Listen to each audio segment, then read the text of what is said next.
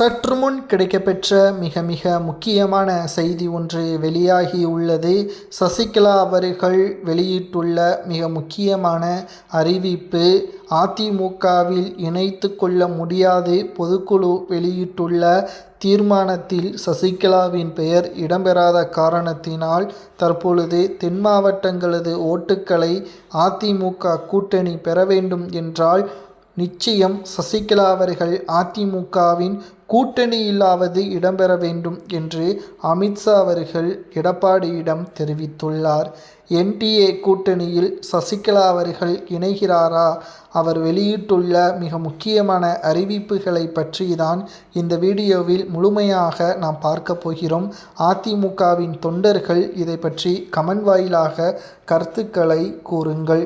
தேசிய ஜனநாயக கூட்டணியில் சசிகலாவை இணைப்பது குறித்து பாஜக நிர்வாகிகள் இன்று பேச்சுவார்த்தை நடத்தியுள்ளனர். பீகார் சட்டமன்ற தேர்தலை தொடர்ந்து தமிழ்நாட்டில் தேசிய ஜனநாயக கூட்டணியை பலப்படுத்தும் பணியை பாஜக தீவிரப்படுத்தியுள்ளது.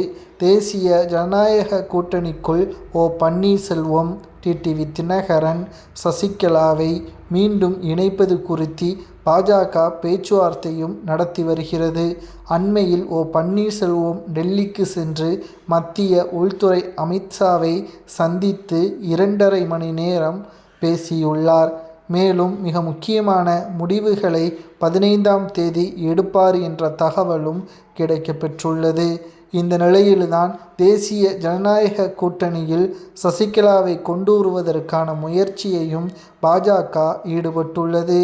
அதிமுகவின் கூட்டணியில் சசிகலா, ஓபிஎஸ், டிடிவி தினகரன் இணையவில்லை என்றால் நிச்சயம் தென் மாவட்டங்களில் அதிமுகவின் ஓட்டுக்கள் மிக பெரிய அளவில் பிரிவினையை ஏற்படுத்தும்.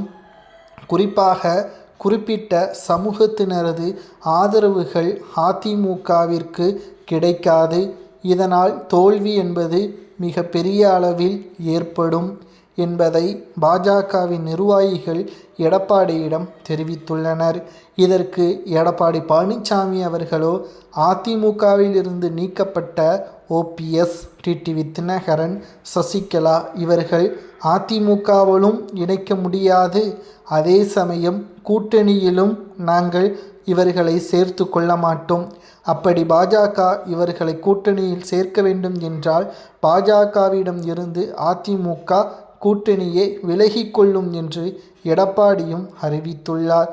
சசிகலாவோ என்டிஏ கூட்டணிக்கு சம்மதம் தெரிவித்துள்ளார். எடப்பாடி கூறியது சரியா தவறா என்பதை தொண்டர்கள் கூறுங்கள்.